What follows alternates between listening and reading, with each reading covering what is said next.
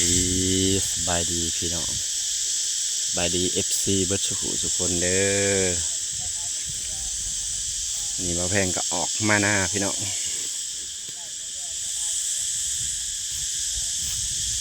ออกมาหน้า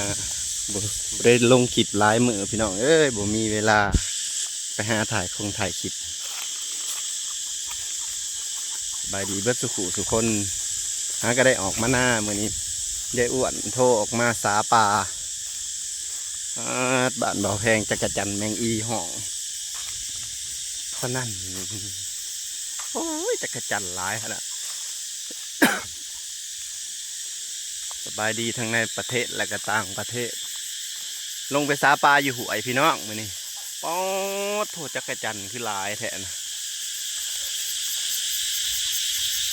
จับกำห่ำพี่น้องจักรจันโผล่จักรจันยายอ้วนอยู่หวยผู้พี่น้องสะปลาเอาปลาขอนอยู่หวยหนาแรงใบไม้กำลังป่งพี่น้องบ้านเบาแพงพักตอกพักติวกำลังเป็นพักป่าร้ายพี่น้องสวงพักป่าร้ายขนาดเลย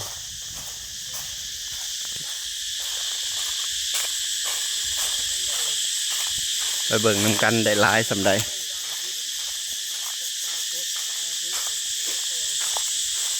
พากันสะปลาอยู่ไอ้กับลุงโอ้ยจักรจัน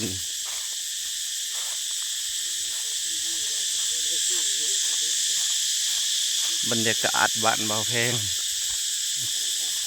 หนาแรงพี่น้องพักติวพักเต้ากำลังป่ง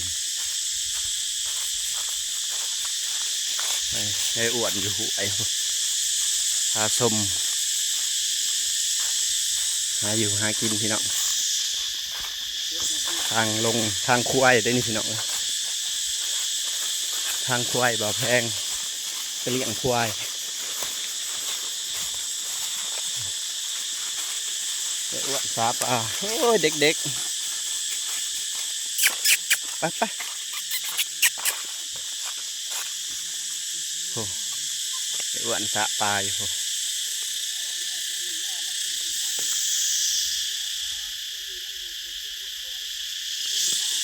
บรรยากาศ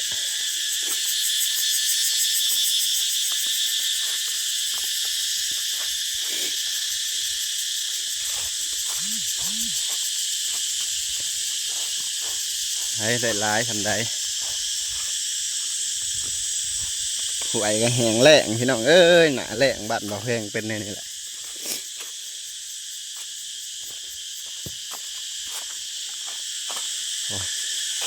ได้จักทุงเลยได้จักทังเลยโอ้เอาเมื่อเครื่องทังเลย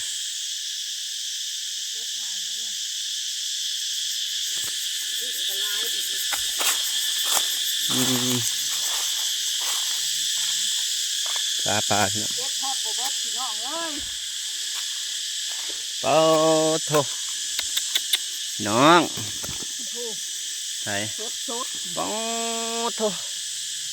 เก็บเบื้องโบเบิร์ตสั่นโถว่าปลาพี่น้องลายเอาเมื่อละถึงทางถึงกระสด ซ้ำเลยปลาในหวยโอ้ยหนวดกุ้งมึงในปลาซิวนะน้องนะคะโบเบิร์ตสั่นโถว่าปลาพี่น้องเราได้ปลาโขนี่ของปลาขอบ่อยู่ปลากุ้งปลาหนังปลาขอพี่น้องอุ้ยหลายก็ไปเขาสวนเขางัวคนก็ลงมาช้าปลาหลายขนาด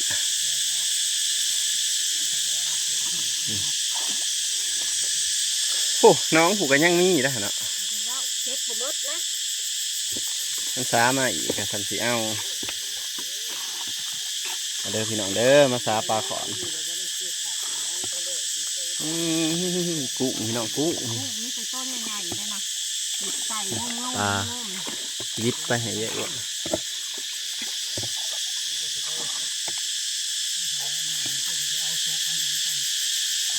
ปลายังนี่ปลาลดแล้วปลาลดพี่น้องตะกี้ปลาลดหลายพี่น้องคู่มือบ่อยากเห็นนี่โอ้ปลาลดหรือปลาหลาดอันนี้ พักมือลายเถอะน้ำหลีทีมเอาบุเบิดดอก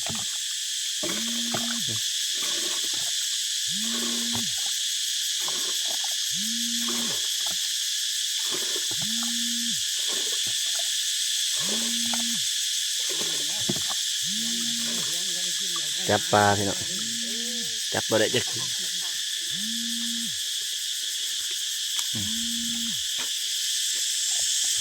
กุ้งนี่ตัวใหญ่ๆนี่เนาะ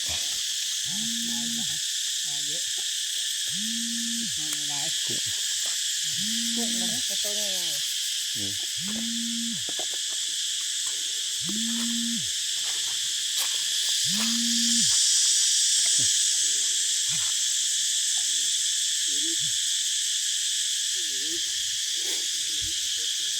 ปลาซิวมันลายเกี่ยวกับกุ้งเก็บ โอ้ถูกพี่น้องพี่โคตรโพซิว น้องเนาะแต่ว่าปลาลาย โอ้ปลาหลายขนาดปลาโถพอแล้วมื้อหน้าจังมาเอาใหม่แม่หลายอย่างนี้โอ้โอ้ปลานี่แม่นี่ปลาหยอดกล้วยนี่มกแสบคือหยังนี่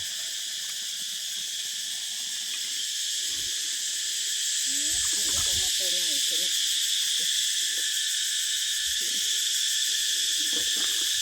ปลาอยู่หัวพี่น้อง สบายดีผมแม่พี่น้อง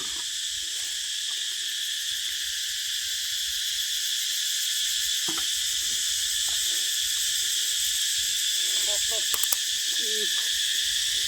เลมอน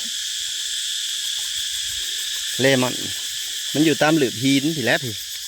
พี่ปลาโถกุ้ง กุ้งนี่เป็นตัวใหญ่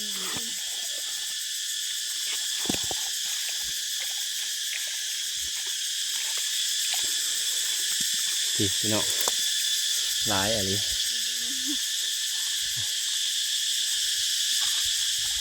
เอาเมื่อละเครื่องทางแม่ เป็นกระซ้ำแล้ว เมื่อเครื่องกระซ้ำแล้วป้อ เลนลูกเลนใต้เลนมาอยู่ก็จะไกลงัวอยู่ในสวนจักเล็กลงมาซาป่า เสียกหลายคือว่าถวยตักเอาเนี่ย ข้ามทีมหมดกุ้งหุบมือเลย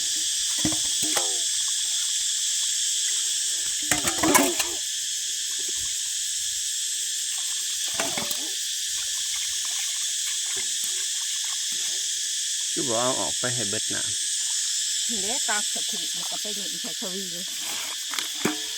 ปลามัน ำปลาลายพี่น้องปลาหน่วยๆอยู่พี่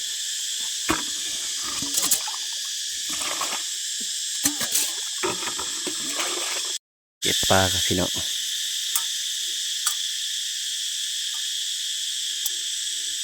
หลายขนาดโอ้เบิ่งปลาอยู่น้องนะพี่น้องหน่วย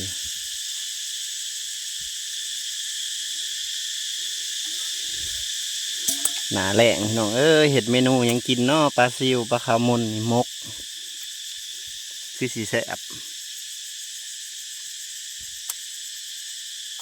น้ำหวยกระแหงเบิดเลยแหลง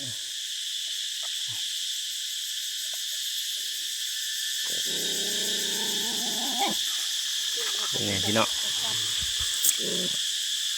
เบิ่งปลาเนี่ยมกปลาตัว เลมอน มกปลาขาวมุนพี่น้องคือสีแซ่บหอมเบิ่งเอาพี่น้องปลาน่ะเดี๋ยวอ้วนจนเมื่อยเก็บมากระคบกันพี่น้องเอ้ย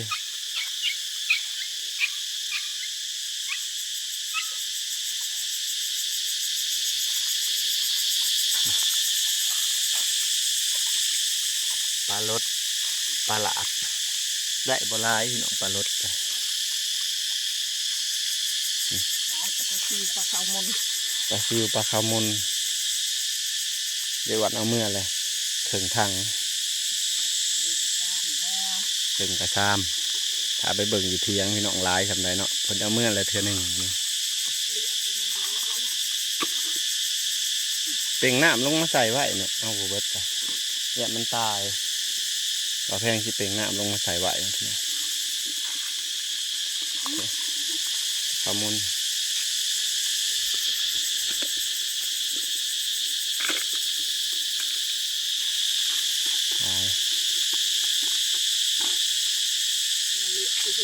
แดด แดดฮ้อนโอ้ปลาเนี่ยยังหลายพี่น้องผู้โอ้ปลาซิวนี่มกเนาะพี่น้องเนาะโอ้ยผู้หลายแฮงเดี๋ยวเอาไว้กินมื้อหน้านำพี่น้อง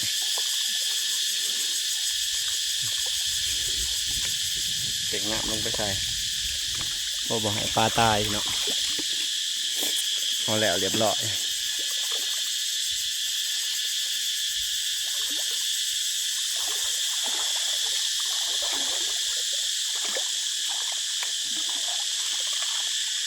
ตายอะไรเพิ่งได้พี่น้องผมโอ้ยแม่เอาสวิงไปตรงนะดูค่ะแม่